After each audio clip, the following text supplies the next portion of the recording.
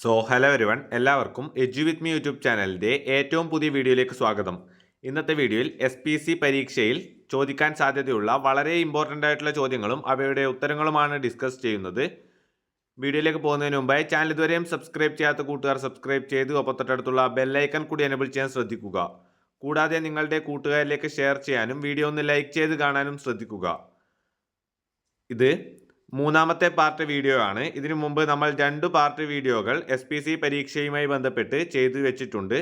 അതിൻ്റെ ലിങ്ക് താഴെ കമൻറ്റ് ബോക്സിലും അതോടൊപ്പം തന്നെ ഡിസ്ക്രിപ്ഷൻ ബോക്സിലും നൽകിയിരിക്കുന്നതാണ്. അത് കണ്ട് മനസ്സിലാക്കുക കൂടി ചെയ്യുക. കൂടാതെ എജു വിത്ത് മീ യൂട്യൂബ് ചാനലിൻ്റെ വാട്സപ്പ് ചാനൽ ലിങ്ക് താഴെ കമൻറ്റ് ബോക്സിലും ഡിസ്ക്രിപ്ഷൻ ബോക്സിലും പിൻ ചെയ്ത് നൽകിയിട്ടുണ്ട്. അതിൽ ക്ലിക്ക് ചെയ്ത് ജോയിൻ ചെയ്യുന്നത് വഴി നിങ്ങൾക്ക് നിരവധി അപ്ഡേറ്റുകളും നോട്ടുകളും ലഭിക്കുന്നതായിരിക്കും. അപ്പോൾ അതിൽ ജോയിൻ ചെയ്യാൻ കൂടി ശ്രദ്ധിക്കുക. ചാനൽ ഇപ്പോൾ തന്നെ സബ്സ്ക്രൈബ് ചെയ്ത് വെക്കാനും ശ്രദ്ധിക്കുക. അപ്പോൾ നമുക്ക് നേരെ ഒന്നാമത്തെ ചോദ്യത്തിലേക്ക് കടക്കാം. ഒന്നാമത്തെ ചോദ്യം: ഹൈദരാബാദിലെ നാഷണൽ പോലീസ് അക്കാദമി ഏത് നേതാവിൻ്റെ പേരിലാണ് അറിയപ്പെടുന്നത്? ഉത്തരം: സർദാർ വല്ലഭായ് പട്ടേൽ. രണ്ടാമത്തെ ചോദ്യം: SPC പദ്ധതിയുടെ ആദ്യ സംസ്ഥാന നോഡൽ ഓഫീസർ ആരായിരുന്നു? ഉത്തരം: P. വിജയൻ IPS. അടുത്ത ചോദ്യം: ഭൂപടത്തിൽ തരിശുഭൂമിയെ രേഖപ്പെടുത്താൻ ഉപയോഗിക്കുന്ന നിറം ഏത്? ഉത്തരം: വെളുപ്പ് ആണ്. അടുത്ത ചോദ്യം: 2025 ജ്ഞാനപീഠ പുരസ്കാരം ആർക്കാണ് ലഭിച്ചത്? വളരെ ഇമ്പോർട്ടൻ്റ് ചോദ്യമാണ്. ഉത്തരം: വിനോദ് കുമാർ ശുക്ല. അടുത്ത ചോദ്യം: ഇന്ത്യയുടെ നിലവിലെ ഉപരാഷ്ട്രപതി ആരാണ്? ഉത്തരം: ജഗദീപ് ധൻകർ. അടുത്ത ചോദ്യം ഇംഗ്ലീഷിൽ നിന്നാണ്. Antonym of the word male, അതായത് മെയിൽ എന്ന പദത്തിൻ്റെ വിപരീത പദം എഴുതാനാണ്. മെയിൽ എന്നതിൻ്റെ വിപരീത പദം ഫീമെയിൽ. അടുത്ത ചോദ്യം: an account of a person's life written by another. Answer: biography.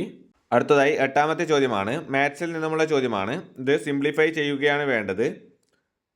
ആദ്യമായി ഇവിടെ ബോർഡ് മാസ് റൂളാണ് ഉപയോഗിക്കേണ്ടതായിട്ടുള്ളത്. ആദ്യമായി ഡിവിഷൻ, പിന്നീട് മൾട്ടിപ്ലിക്കേഷൻ, പിന്നീടാണ് അഡിഷൻ ചെയ്യേണ്ടത്. അപ്പോൾ ആദ്യം ഡിവിഷൻ ചെയ്യുമ്പോൾ ഇത് 1 മാറുന്നു. 1 × 5 5. ഇവിടെ പ്ലസ് ഉണ്ട്. അപ്പോൾ അതിന് പ്ലസിന് ഇപ്പുറമുള്ള ബാക്കി എല്ലാ കാര്യങ്ങളും ചെയ്തിട്ട് ഇത് രണ്ടും കൂടി ആഡ് ചെയ്യുകയാണ് വേണ്ടത്. ആദ്യമായി തന്നെ 10 × 10 100, 100 × 105 10,500. അപ്പോൾ ഇതിൻ്റെ ഉത്തരമായി വരുന്നത് 10,505 ആണ്. ഇവിടെ എഴുതിയിരിക്കുന്ന ഉത്തരം തെറ്റാണ്. ശരിയായ ഉത്തരം 10,505. നിങ്ങളിവിടെ ആകെ ഓർത്തിരിക്കേണ്ടത് ബോർഡ് മാസ് റൂളാണ്. അതായത് ആദ്യം ഡിവിഷൻ, പിന്നീട് മൾട്ടിപ്ലിക്കേഷൻ, പിന്നീടാണ് അഡിഷൻ, പിന്നീടാണ് സബ്സ്ട്രാക്ഷൻ. ആ ഒരു ഓർഡർ പഠിച്ചിരിക്കാൻ വേണ്ടി ശ്രദ്ധിക്കുക.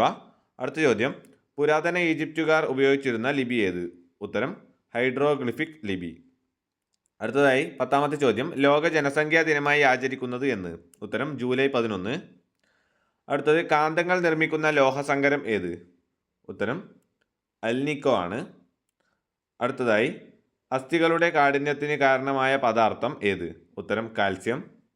ഇന്ത്യയിൽ എത്ര സംസ്ഥാനങ്ങളാണ് നിലവിലുള്ളത്? ഇന്ത്യയിൽ നിലവിൽ 28 സംസ്ഥാനങ്ങളാണുള്ളത്. അടുത്ത ചോദ്യം കറണ്ട് അഫയേഴ്സ് ചോദ്യമാണ്. വളരെ ഇമ്പോർട്ടൻ്റ് ചോദ്യമാണ്. 2025 ക്രിക്കറ്റ് IPL ജേതാക്കൾ ആര്?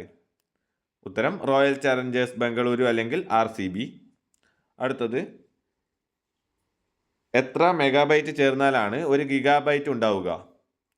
ശരിയായ ഉത്തരം 1024.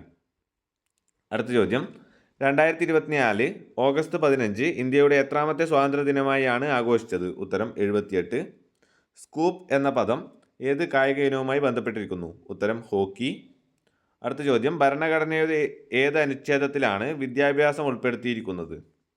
ശരിയായ ഉത്തരം അനുച്ഛേദം 21A. അടുത്ത ചോദ്യം: ബെന്യാമിൻ്റെ നോവലായ ആടുജീവിതത്തിലെ കേന്ദ്ര കഥാപാത്രത്തിൻ്റെ പേരെന്ത്? ഉത്തരം: നജീബ്. ഫുൾ ഫോം ഓഫ് GPS-ൻ്റെ full form global positioning system. വളരെ ഇമ്പോർട്ടൻ്റ് ചോദ്യമാണ്. ഫുൾ ഫോമുകൾ ചോദിക്കുന്ന ചോദ്യമാണ്. ഇതുപോലുള്ള നിരവധി ഫുൾ ഫോമുകൾ ഉൾപ്പെടുത്തിയിട്ടുള്ള വീഡിയോകൾ ആണ് നമ്മൾ മുമ്പ് ചെയ്തു വെച്ചിട്ടുള്ളത്. അതൊന്ന് കാണാൻ ശ്രദ്ധിക്കുക. ലിങ്ക് കമൻറ്റ് ബോക്സിലും ഡിസ്ക്രിപ്ഷൻ ബോക്സിലും ഉണ്ടായിരിക്കുന്നതാണ്. അടുത്ത ചോദ്യം: ദേശീയ കേഡറ്റ് ദിനമായി ആഘോഷിക്കുന്നത് എപ്പോഴാണ്? ഉത്തരം: ജനുവരി 17. അടുത്തതായി: SPC സ്കീമിന് കീഴിൽ ഒരു പ്ലാറ്റൂണിൽ അനുവദനീയമായ പരമാവധി എണ്ണം കേഡറ്റുകളാണ് 22. ദേശീയ തലത്തിൽ SPC പദ്ധതി ആരംഭിച്ചത് ആരാണ്? ഉത്തരം രാജ്നാഥ് സിംഗ്. അന്നത്തെ കേന്ദ്ര ആഭ്യന്തരമന്ത്രിയായിരുന്നു അദ്ദേഹം. അടുത്ത ചോദ്യം 44-ാമത്തെ ചോദ്യം. SPC പദ്ധതിയുടെ സംസ്ഥാനതല ഉപദേശക ചെയർമാൻ ആര്? ഉത്തരം സംസ്ഥാന പോലീസ് സൂപ്രണ്ട് അല്ലെങ്കിൽ DGP. റോഡ് സുരക്ഷയ്ക്കായുള്ള സംസ്ഥാനതല ബോധവൽക്കരണ പരിപാടിയിൽ SPC പ്രൊജക്റ്റ് ഉൾപ്പെടുത്തിയ അതോറിറ്റി? ഉത്തരം കേരള റോഡ് സേഫ്റ്റി അതോറിറ്റി. അടുത്ത ചോദ്യം. ഒരു SPC കേഡറ്റ് ശ്രദ്ധയിൽ നിൽക്കുമ്പോൾ അവരുടെ പാദങ്ങൾക്കിടയിലുള്ള ആംഗിൾ എന്തായിരിക്കണം? ഉത്തരം 30 ഡിഗ്രി. SPC സ്കീമിൻ്റെ പ്രധാന ലക്ഷ്യം എന്താണെന്ന് വളരെ ഇമ്പോർട്ടൻറ്റ് ചോദ്യമാണ്. ഉത്തരം ചിട്ടയായ പരിശീലനത്തിലൂടെ യുവാക്കളുടെ കഴിവ് വികസിപ്പിക്കുകയും മാനുഷിക മൂല്യങ്ങളാൽ നയിക്കപ്പെടുന്ന ആഗോള വീക്ഷണത്തോടെ സാമൂഹിക നേതാക്കളാകാൻ അവരെ പ്രാപ്തരാക്കുകയും ചെയ്യുക എന്നതാണ് SPC സ്കീമിൻ്റെ പ്രാഥമിക ലക്ഷ്യം.